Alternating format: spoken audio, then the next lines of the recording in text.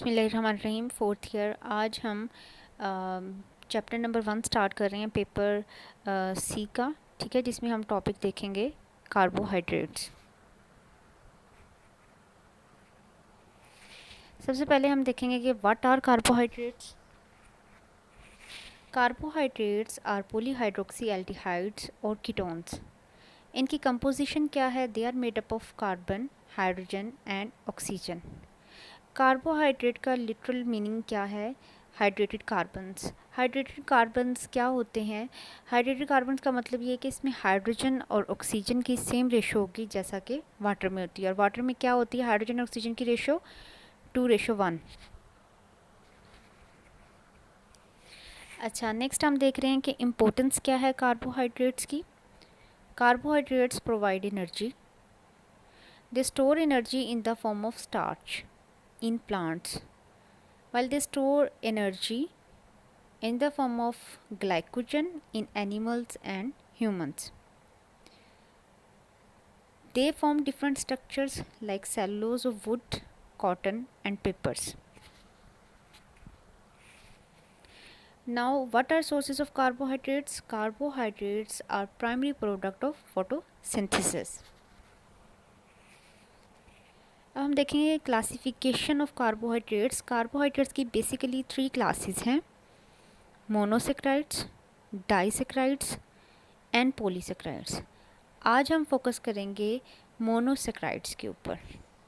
Monosaccharides की further 2 classes हैं, aldose and ketose. What are monosaccharides? Monosaccharides are simple sugars. They are sweet in taste, easily soluble in water. They cannot be hydrolyzed into simple carbohydrates. They are broken down during cellular respiration to release energy.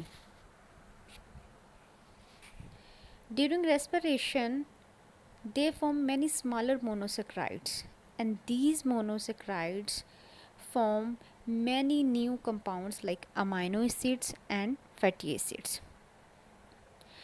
Monosaccharides को हम 2 तरीके से categorise कर सकते हैं। एक तो number of carbon की बेस के ऊपर, विच टिपिकली रेंज बिटवीन 3 to 7, और दूसरा एल्डिहाइड और कीटो ग्रुप की बेस पे। Types of monosaccharides. Monosaccharides have general formula which is written here. Monosaccharides with 3 to 7 carbon atoms are found in nature. ट्रायोसिस हैं जिसमें 3 कार्बन होंगे, टेट्रोसिस हैं जिसमें 4 कार्बन, पेंटोसिस जिसमें 5 कार्बन होंगे और हेक्सोसिस मीन जिसमें 6 कार्बन होंगे। अब यहाँ पे स्ट्रक्चर दिया गया है नंबर ऑफ कार्बन आइटम्स की बेस पे मोनोसेक्राइड्स की क्लासिफिकेशन का। ट्रायोज आपको फर्स्ट में नज़र आ रहा है जिसमें आप काउंट कर सकते हैं 3 कार्बन हैं। टेट्रोज में आपको 4 कार्बन नज़र आ रहे हैं। टेट्रोसिस जो हैं ये रेयर होते हैं नेचर में, ठीक है। और जो पेंटोसिस हैं ये आपको नज़र आ रहे हैं, यहाँ पे 5 कार्बन हैं, और हेक्सोज में आपको 6 कार्बन नज़र आएंगे। अब दूसरी जो कैटेगरी हम पढ़ेंगे वो इस बेस पे होगी कि इसके अंदर एल्डो ग्रुप है या कीटो ग्रुप है। Aldo and keto sugars. ऐसी शुगर्स जिसके अंदर एल्डिहाइड ग्रुप होगा उसे हम एल्डो शुगर कहेंगे। एल्डिहाइड ग्रुप आपके सामने यहाँ पे बना हुआ है, ठीक है। और ऐसी शुगर्स जिसके अंदर कीटो ग्रुप होगा जो आपको नज़र भी आ रहा है, इनको हम कहेंगे कीटो शुगर। अब एग्जांपल देखते हैं। एल्डो शुगर की एग्जांपल है ग्लिसरैल्डिहाइड जो आपको यहाँ पे बना हुआ नज़र आ रहा है एज एन एल्डोज।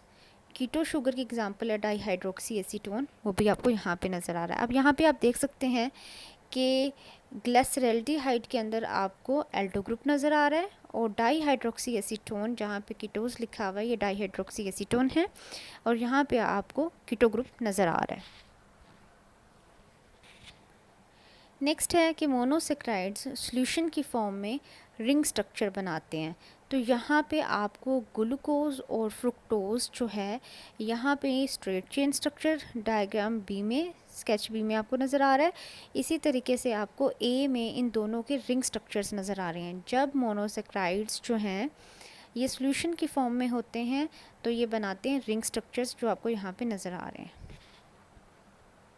थैंक्स।